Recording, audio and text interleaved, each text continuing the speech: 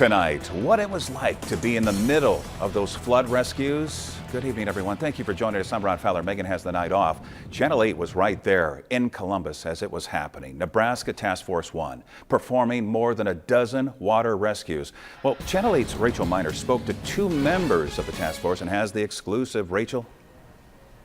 Rod, we witnessed a woman and her dogs being pulled to safety by Nebraska Task Force 1 in Columbus.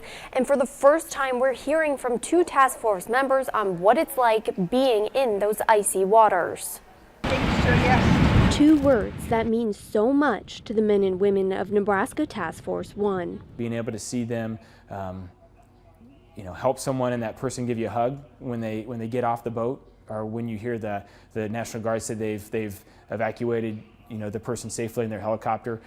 That's huge, and that's we don't need thank you, we don't need anything like that, but just hearing that and seeing that does go a long ways. Lincoln Fire Captain Dan Ripley and firefighter paramedic Brady Papik were two of 8 members of Nebraska Task Force 1 that answered the call for help on March 11th when floodwaters overtook the town of Columbus.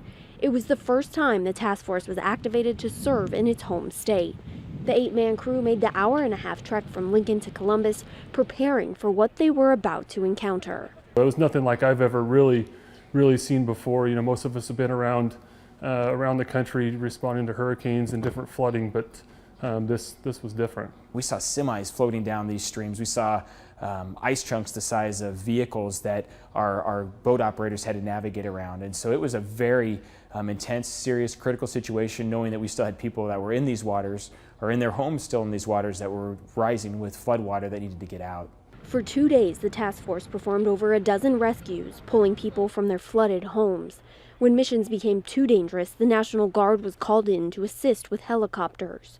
Rescuers risked everything, including their lives, getting into icy waters to get people to safety. When you're in, literally ice cold water, it's just very, very cold. And so it's just kind of a mental thing. You just got to kind of overcome, your fingers pretty much going numb and your toes going numb and just being cold. But if we're there to do a job, and so that's what we do. Once back on dry land, many of those who were rescued were overcome with gratitude.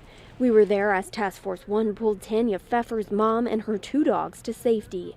Pfeffer was at a loss for words for the brave men who saved her mom's life. Thank you.